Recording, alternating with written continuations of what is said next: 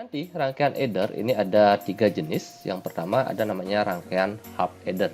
Nah, rangkaian half adder ini hanya memiliki 2 input. Jadi misalkan input A, input B yang berupa 1 bit atau 1 digit gitu ya. Nah, nanti outputnya ini ada sum-nya, ada carry-nya. Jadi sum-nya 1 bit, carry-nya 1 bit. Nah, tapi nanti rangkaian half adder ini dia terbatas karena inputnya hanya 2. Jadi misalkan kita punya penjumlahan 1011 ditambah 111 itu misalnya. Nah, dengan rangkaian half adder bagian ini bisa kita jumlahkan karena inputnya hanya 2, ada input pertama, ada input kedua. Nah, kalau ini kita jumlahkan 1 tambah 1, ini kan hasilnya 0, carry-nya 1. Nah, sekarang di bagian bit keduanya ini menjadi 111, ada 3 input. Sehingga rangkaian half adder ini gagal menjumlahkan itu karena dia hanya bisa menjumlahkan 2 input.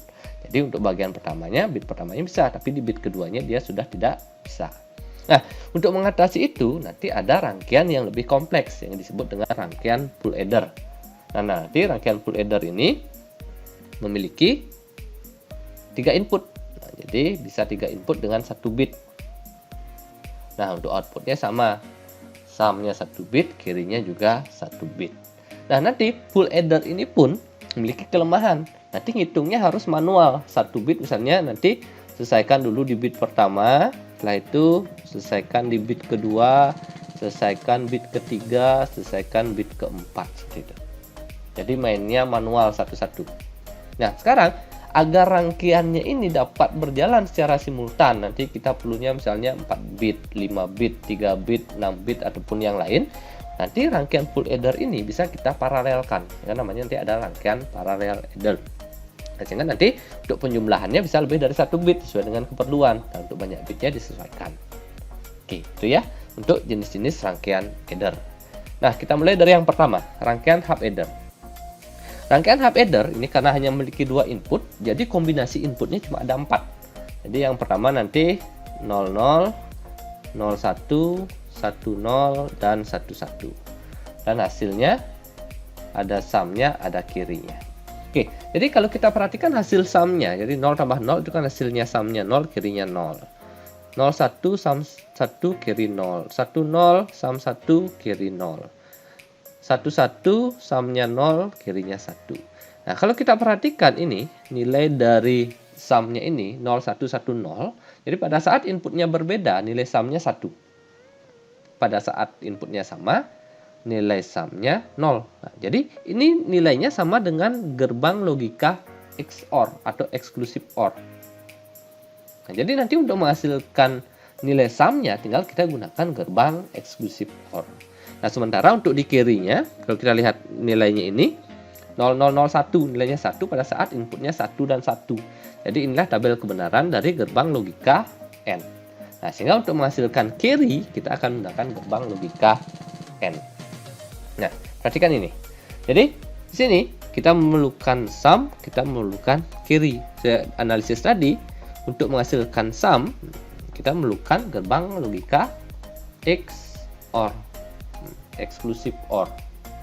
Nah, nanti ada input A, input B, ya, masuk ke gerbangnya ini, nanti menghasilkan nilai sum.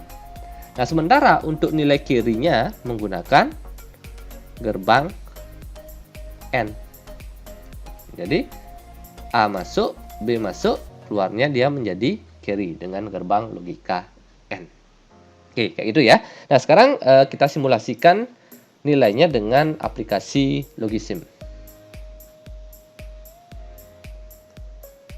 Nah, untuk simulasi dari gerbang atau rangkaian half adder, jadi kan sesuai dengan tadi bahwa untuk sum-nya ini kita akan menggunakan gerbang exclusive OR dan untuk carry-nya menggunakan gerbang N. Nanti ada input A, input B, ada outputnya berupa sum dan carry. Oke, kita tambahkan pin dulu ya. Saya tambahkan pin input. Oke, habis itu saya tambahkan pin output. Nah, dari sini, nah berarti sekarang Pada saat input A dan B-nya ini 0, di 0 tambah 0, sumnya 0, kirinya 0. Nah, tapi kalau sekarang input A-nya ini menjadi 1, maka sumnya menjadi 1, kirinya tetap 0. Itu ya pada saat A-nya 1, B-nya 0. Nah, sekarang kalau saya balik, B-nya yang 1, sama juga sumnya 1, kirinya 0. Dan yang terakhir, kalau kedua inputnya 1, maka sumnya akan 0, kirinya akan 1. Sesuai dengan tabel tadi. Jadi inilah rangkaian atau simulasi dari rangkaian half adder.